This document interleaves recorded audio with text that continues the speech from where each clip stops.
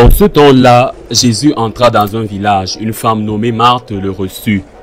Elle avait une sœur appelée Marie qui, s'étant assise aux pieds de Jésus, écoutait sa parole. Quant à Marthe, elle était accaparée par les multiples occupations du service.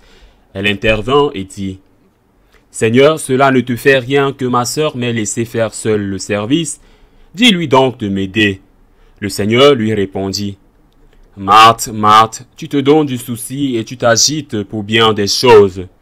Une seule est nécessaire. Marie a choisi la meilleure part et elle ne lui sera pas enlevée. » Acclamons la parole de Dieu. Je dois commencer par dire que j'admire Sainte Marthe. Je l'admire et je ressens de la vénération pour elle. Elle me semble une femme entreprenante, battante, travailleuse. Je ne sais pas si elle a eu des enfants ou non. Ou son frère Lazare, cela n'apparaît pas. Sa sœur Marie, il est possible qu'il n'ait pas eu des enfants.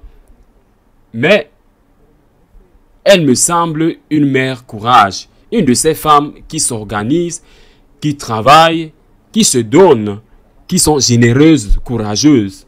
J'éprouve de l'affection et de l'admiration pour cette femme, peut-être parce qu'elle me rappelle beaucoup ma mère.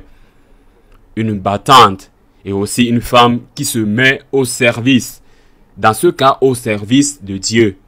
J'ai de l'admiration pour Sainte Marthe. Mais cela ne m'empêche pas de voir ses défauts. Jésus lui-même, qui est resté chez elle, ce qui était un signe de confiance, la gronde. « Marthe, Marthe, lui dit-il, tu es agitée et nerveuse au sujet de tant de choses. » Marthe s'était plainte que sa sœur ne l'aidait pas avec les tâches dans la maison, avec le service. Jésus est allé avec les 12 apôtres et peut-être avec quelques femmes aussi qui l'accompagnaient. Avoir 14, 15, 20 invités dans une maison est énorme. Et elle avait besoin de toutes sortes d'aides, même si le Seigneur était en train de donner des explications à Lazare seulement. Eh bien aussi à d'autres qui étaient venus l'entendre. Bref, vous devez vous mettre à la place de Marthe avec une maison envahie. Envahie à son invitation, mais envahie par un nombre d'invités et de tâches à faire. Et Marie, écoutant bouche bée le mot qui sortait de la bouche de Jésus. Eh bien, et pourtant Jésus la gronde. Pourquoi? Parce qu'à ce moment-là, il était beaucoup plus important d'écouter cette parole de Dieu que de préparer les 1000 détails nécessaires. Parce qu'au fond, cette femme travailleuse, brillante, généreuse, serviable, voulait aussi jouer un bon rôle. Un bon rôle devant Jésus, un bon rôle devant les invités, un bon rôle peut-être devant les femmes qui accompagnaient Jésus. La Marie-Madeleine et toutes les autres. Je voulais faire un bon rôle. Voyons ce qu'ils diront de moi. Il faut que les choses soient prêtes, de peur qu'ils ne me critiquent. Je vais regarder bien. Je servais généreusement le Seigneur avec amour, mais elle voulait aussi se servir.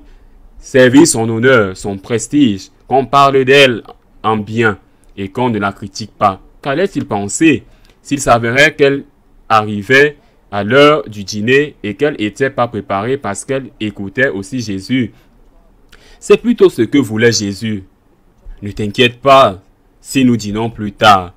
S'il ne se passe rien, le Seigneur aura bien voulu faire un miracle comme celui de Cana et avoir transformé des croûtes de pain rassis en pain exquis et rendre la nourriture si merveilleuse.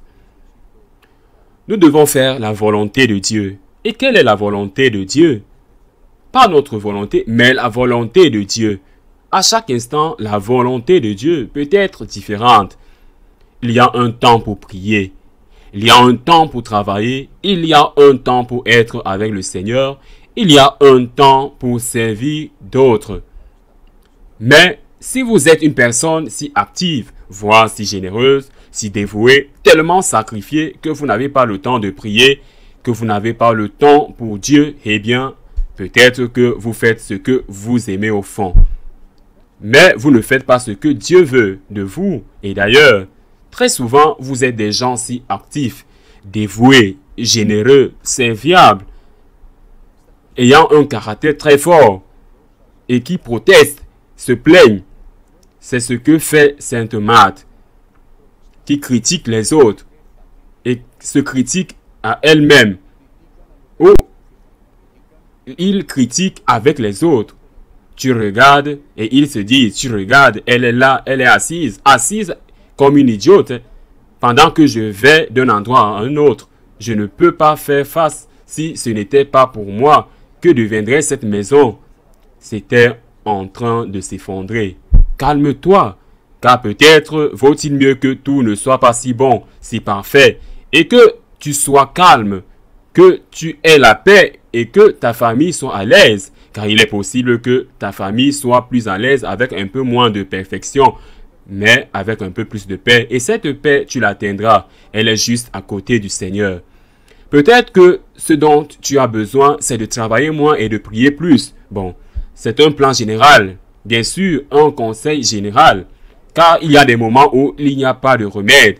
Il faut travailler jusqu'à épuisement parce que une question de survie ou parce que ce sont des problèmes que vous ne pouvez pas éviter. Eh bien, imaginons avoir un père ou une mère atteint d'une maladie en phase terminale et nous devons avoir également à remplir nos obligations professionnelles.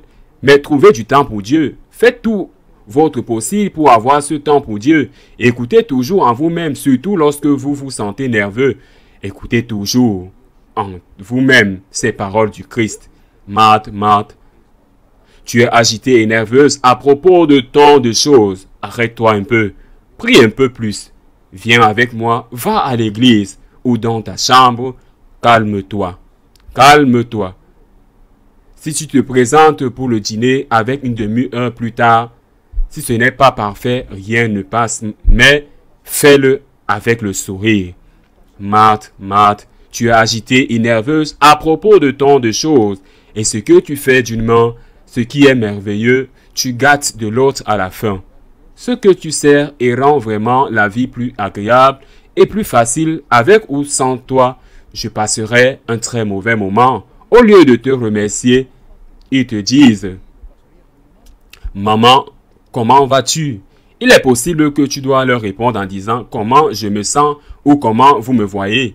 Si vous m'aidez un peu, je ne serai pas comme ça, c'est possible, mais c'est aussi vrai que parfois tu te mets dans cet état, même s'ils t'aident ou veulent t'aider, et à la fin ils disent « Regarde, je ne fais rien parce que quoi que je fasse, je vais mal faire et elle va se mettre en colère. » Eh bien, si elle va se mettre en colère, laisse-la se mettre en colère, sans rien faire parce que j'essaye d'aider et je gâte tout. Marthe, Marthe, tu es agitée et nerveuse à propos de tant de choses. Prie un peu plus et sûrement tout ira mieux. Ainsi soit-il.